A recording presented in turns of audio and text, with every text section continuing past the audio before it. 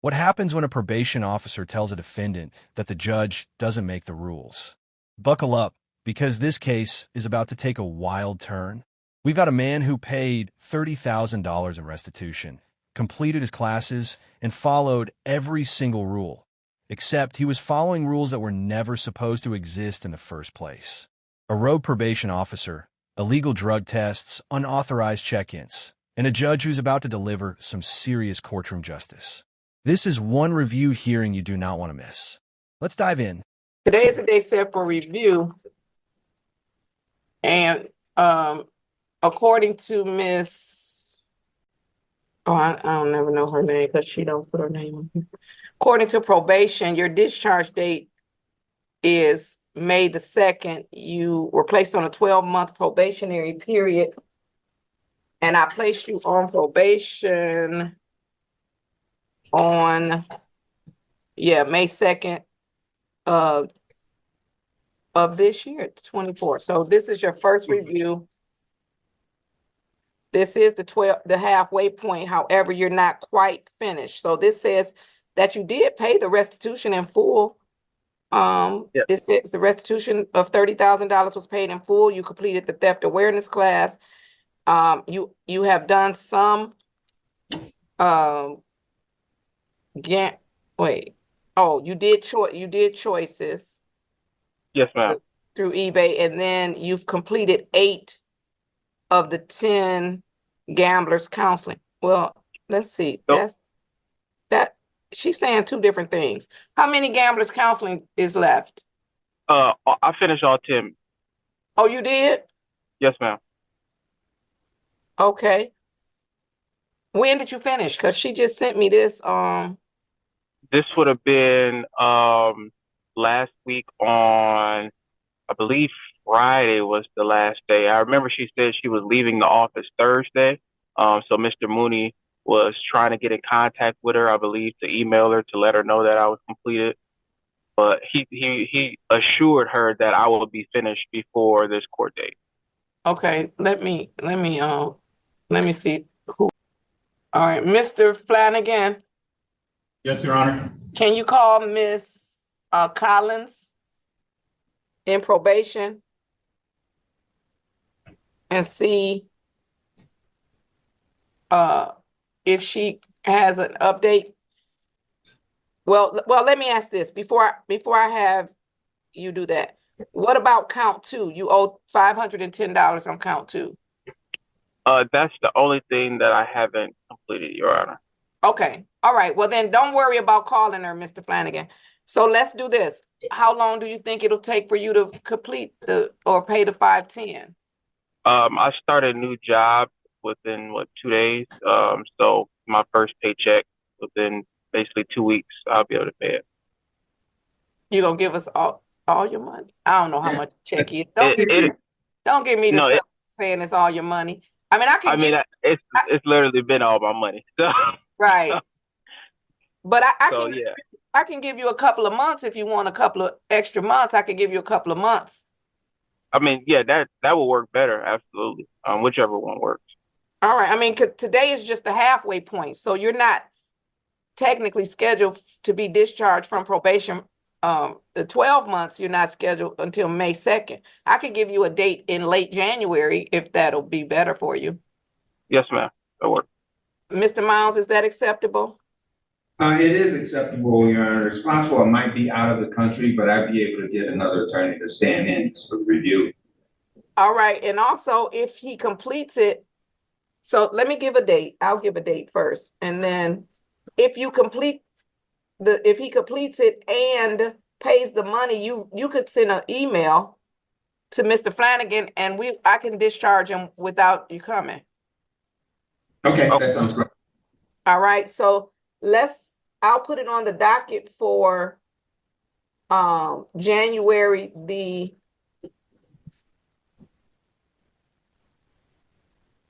let's put it on the docket for February 3rd, that first Monday in February. I'll put it on the docket for February 3rd. And then that way we could confirm with Ms. Collins that you've completed those classes or the counseling, and then you can pay the $510.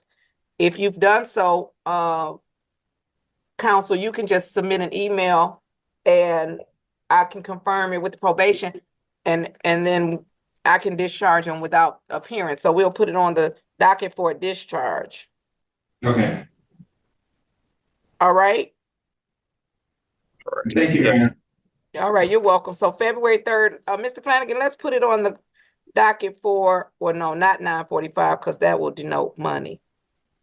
That'll denote money only. Just put it on for the regular time, 10 o'clock, and then we'll see where we are.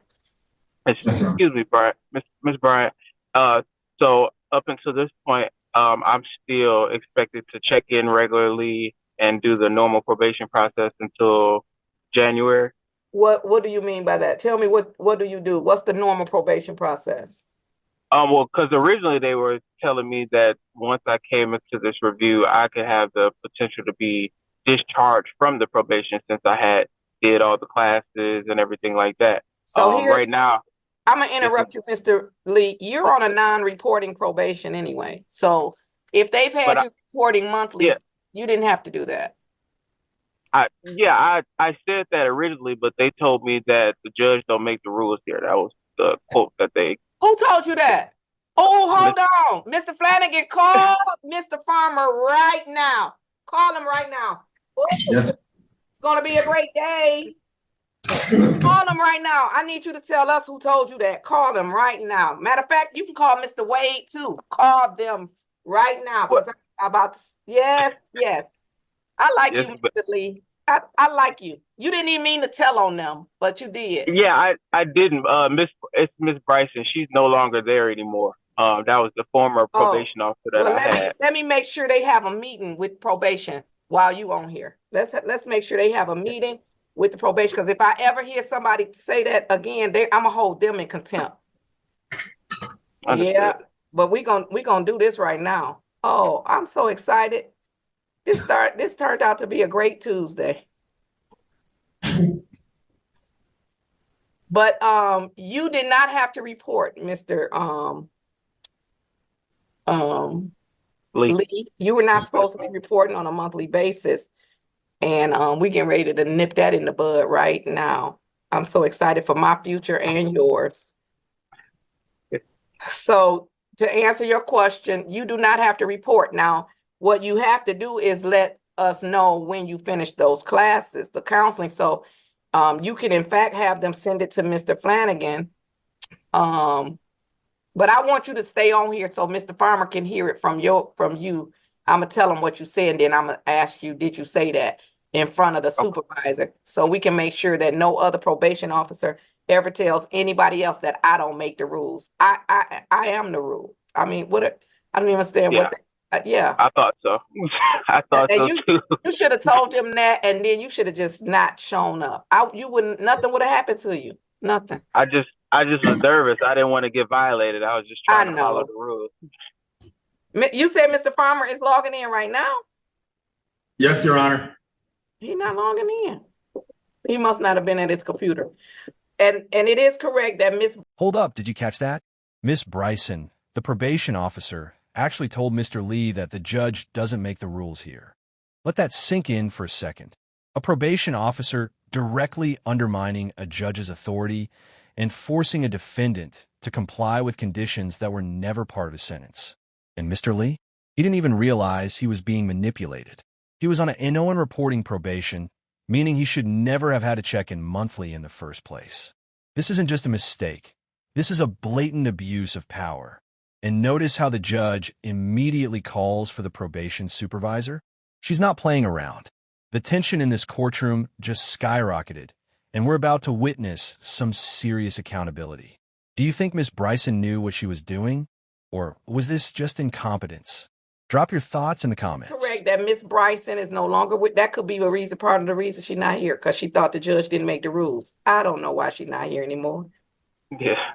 So, Your Honor, my understanding is that the requirements of Mr. Lee are that he complete the payment of $510 and provide proof that he's completed the gambler's counseling classes. Right, and then I'm going to discharge him without him ever having to go see probation again. See how that Okay. works? Because I do make the rules, Mr. Lee. Yes, ma'am. All right. I'm just gonna have to let him see the tape because I'm not gonna hold you here. He didn't log right in. And so I'm not gonna hold you, but you don't have to report to them. So I did notice on the Register of Action there was a report day. Oh, maybe you just had a report day. Yeah, I had one the other day. That it's been monthly, and then I'll go do the drug screen as well. What Every drug month. screen? They've been having me do a drug screen. I was like, I don't even smoke, or my case had nothing to do with anything, drug related. But I've been doing a drug screen every month. Mr. Lee, let me apologize on behalf of the court. Um, and I'm thankful that Miss Bryson no longer works here because she might have got fired today. Understood. So you do not have to drug test. My order specifically says no urinalysis was ordered. And so what I'm going to do is refund you any money that you have paid for your drug screens. So where were you testing? It was a Rochester Hills location. I forget the name of it, but it was like a few minutes from my house. I went there, I believe twice when I couldn't make it all the way to Detroit within a day, so I would go there. So I only did that like twice. It was like $40 total there, and then the other time they would make me come out to the court to do it. You said the And that- other times. Wait, what? Not only was Mr. Lee forced to report monthly when he wasn't supposed to, but he was also being drug tested every single month, even though the judge never ordered drug testing in the first place. His case had absolutely nothing to do with drugs. He was convicted of theft-related charges, completed a gambling awareness program, and paid $30,000 in restitution. So why was he being forced to take drug tests? Because Miss Bryson decided to add her own rules. And here's the kicker. Mr. Lee was paying out of pocket for these tests. $40 here, multiple trips to the courthouse there. He's been hemorrhaging money and time for something that was never supposed to happen. And now, the judge is about to make it right. This is what happens when unchecked authority meets accountability. What would you have done in Mr. Lee's position? Would you have questioned earlier? Or just complied like he Other did? times. So you have tested every month since I put you on probation? Yes, ma'am. Every month. That's a mess. Okay. Oh, that's a mess. Okay, what I'm going to do is I am going to deduct. Come on screen, Mr. Farmer. Good morning. Mr. Farmer, who is just, Good morning, Your Honor. he is justice. Every time he come on here, I feel like justice is behind him. Mr. Farmer, this is Mr. Lee. Mr. Lee, say hi to Mr. Farmer. How you doing, Mr. Farmer? How you doing? Mr. I'm doing Farmer, Mr. Lee used to be supervised by someone who no longer works here. So that's good because they might have got fired today if they still worked here. Miss Bryson. Miss Bryson told Mr. Lee, who she made report to probation every month, that I don't make the rules. He told her it's a non-reporting probation. Miss Bryson told him the judge don't make the rules, we make the rules. Not only did she have him reporting to probation, she has had this man drug screening every month when my order specifically says no urinalysis ordered. What I called you on here for is because she no longer works here.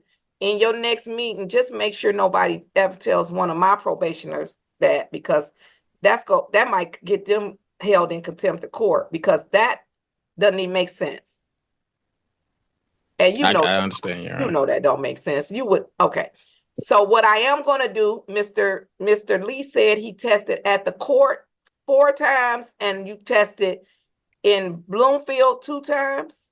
Yeah, Rochester Hills, yeah. Oh, Rochester Hill. So, Mr. Flanagan, what I am going to do is deduct. I'm just going to give him $150 credit. Now, this is what true judicial fairness looks like.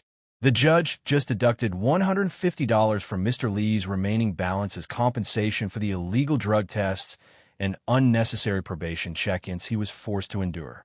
Think about that. He was supposed to owe $510, but because of Miss Bryson's overreach, his new balance is just $360. And honestly, that's still generous considering the time, gas money, and stress he went through. But here's what makes this moment so powerful. The judge didn't just brush this off as a bureaucratic error. She acknowledged the harm, apologized on behalf of the court, and took immediate corrective action. This is accountability in real time, folks. How often do we see a judge admit a mistake and compensate a defendant? Not nearly enough. What do you think? Was $150 enough? Or should Mr. Lee have gotten more? $50 credit for his inconvenience and his time. And then that will leave him a balance instead of the 510. Y'all know I gotta subtract the old-fashioned way. So hold on. I'm gonna cross off the 5. I'm gonna make it a 4. I'm gonna put my little 1 over there. They don't teach the kids how to do that anymore. All right, 11. let's break down what just happened here, because this is huge for Mr. Lee. The judge mentioned a delayed sentence. And if you're not familiar with that term, let me explain. A delayed sentence is a legal mechanism that allows a defendant to complete probation successfully and then have their conviction completely dismissed and removed from their record. That means if Mr. Lee pays his remaining balance and submits proof of his counseling completion, he won't just be done with probation. His entire conviction will be wiped clean. No criminal record, no guilty plea on file. It's as if the case never existed. This is an incredibly generous opportunity, and it's exactly what second chances should look like. But here's the thing. If Miss Bryson had continued her illegal supervision, Mr. Lee might have been set up to fail. Imagine if she had violated him for missing one of those bogus drug tests or probation check-ins. He could have lost this opportunity entirely. Thank goodness the truth came out when it did. Do you think more judges should offer delayed sentences like this? Let me know. 11 minus the 6. Okay. Your balance is $360. And then if you pay Now, that, let's talk about Mr. Farmer for a second, because his role in this case is absolutely critical. Mr. Farmer is the probation supervisor, and the judge specifically brought him into this hearing to ensure that what happened to Mr. Lee never happens again. Notice how the judge didn't just scold Miss Bryson in private. She made a public record of this misconduct and put the entire probation department on notice. She explicitly told Mr. Farmer that if another probation officer ever tells a defendant that the judge doesn't make the rules, they will be held in contempt of court. That's not a slap on the wrist. That's a direct threat of legal consequences, including potential jail time. And Mr. Farmer?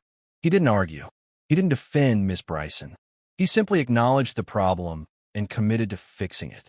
That's what real leadership looks like. But here's the million-dollar question. How many other defendants were subjected to Miss Bryson's unauthorized rules? How many people are still serving illegal probation conditions right now because they don't know any better? This case exposes a much larger systemic issue, and I hope this courtroom footage inspires others to speak up. What do you think? Should there be an audit of all of Miss Bryson's cases? he did. All right. Well, he used to be a probation officer. Now he's the supervisor. So that was some bad advice. That was some bad instructions. And like I said, she doesn't work here anymore. And if she did today, she was probably going to either be fired or held in contempt of court. So I'm glad we didn't have to cross that bridge.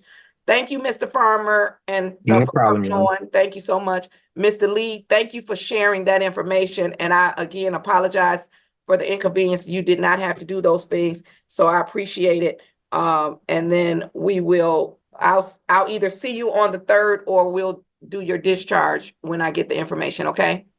Okay, Your Honor. thank you. One Yes. question, Your Honor. Yes, sir. I'm just looking at my notes, and I have that the order was for a delayed sentence. Let's talk numbers for a second, because the financial side of this case is just as wild as the legal drama. Mr. Lee originally owed $510 in fines and fees. But after the judge discovered he had been illegally drug tested 6 times, 4 times at the courthouse and twice at a private facility in Rochester Hills, she gave him a $150 credit. That brought his balance down to $360. Now, some of you might be thinking, why only $150? That doesn't seem like enough. And you're right, it probably isn't. But here's the thing. The judge was being pragmatic. She couldn't completely erase his debt because count 2 still required a financial penalty, but she could offer partial restitution for the harm caused. And let's not forget, Mr. Lee also paid $30,000 in restitution to his victim, which he completed in full. That's not pocket change. This man has been financially drained by this case, and the last thing he needed was an extra burden from a rogue probation officer. So yeah, $150 might not be enough, but it's a step in the right direction. What would you have done if you were in the judge's position? Oh, yes, Yeah. he'll get the delayed sentence.